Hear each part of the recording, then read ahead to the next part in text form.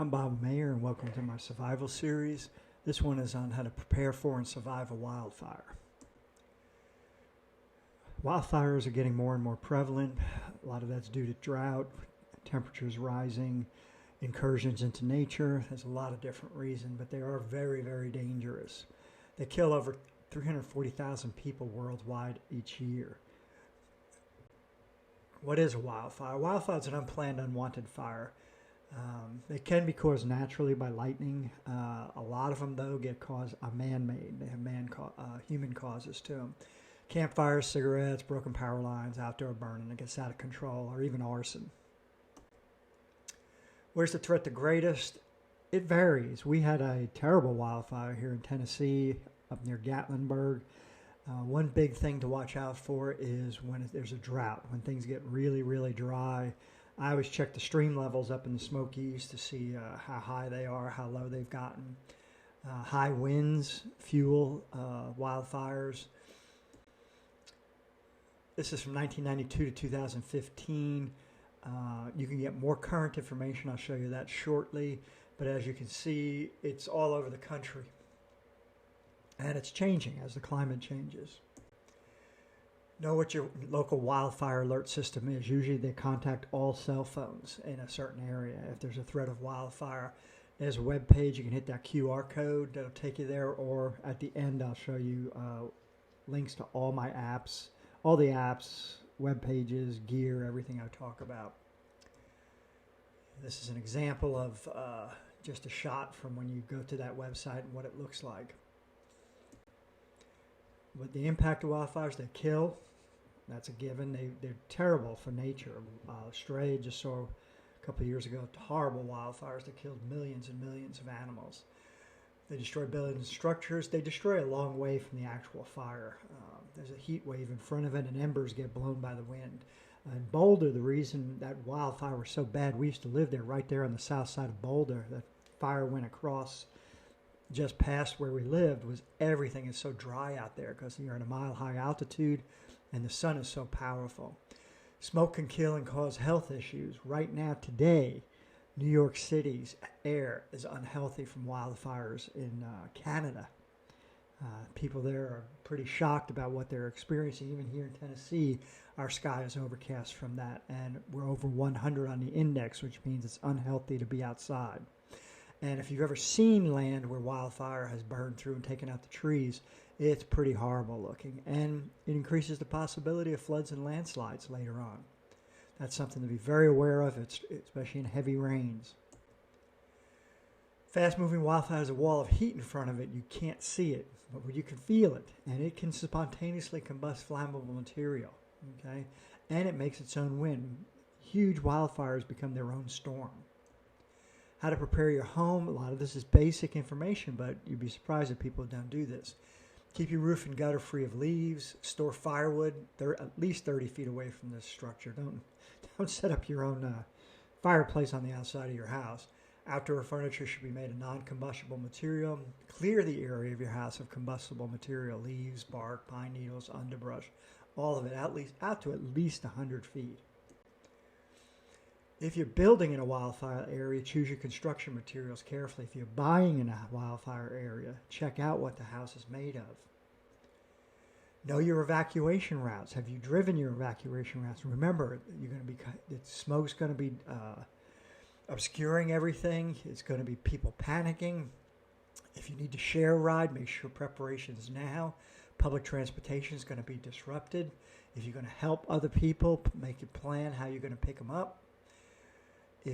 And right now, for evacuation, have a pre-planned place to stay. So wherever you're going to go, so everybody knows where they're going. Have your IRP, your immediate rally point around your house, your ERP for everyone coming together if they're at work and school and home. Emergency rally point and out-of-area contact ready and updated. I got more information on that in the Area Study Workbook and the Survival Guide. There are wildfire apps for both Android and Apple. Those are on the link at the end of this presentation. Know how to use fire extinguishers, evacuate your home as you would in normal fire preparation. Again, more on that in the presentation on fire. Use caution anytime you start a fire. Don't use welders or equipment that sparks on dry, windy days. Don't park in tall, dry grass or piles of leaves. Your exhaust system's hot underneath your car. Keep propane and gas away from structures. Always be ready to evacuate. Besides your grab-and-go bag, which I have a very long presentation on, but I think it's very worthwhile. Here's some special considerations to think about that people who've been through wildfires suggest. Keep your car topped off. Don't ever fall below a half a tank of gas. That's just basic common sense. Make a video of everything in your house. Use your phone, go around, open all drawers, video everything for insurance purposes and store it in the cloud. If you have an irrigation system, turn it on and leave it running. That saved several houses in the wildfire that hit Boulder a couple years ago. Here's a good list of everything you need. This is just basic preparation, not just for wildfires. Have all the copies of all this stuff in a fireproof hand lockbox. I've got one I can just grab and run out the door with, but I've also got it all uploaded to the cloud. So if I lose everything, I can still get access to all of this. Pack enough supplies, but water is the most critical. If you're evacuated, call your insurance company right away so they can start a claim number. Keep receipts of everything you buy while evacuated.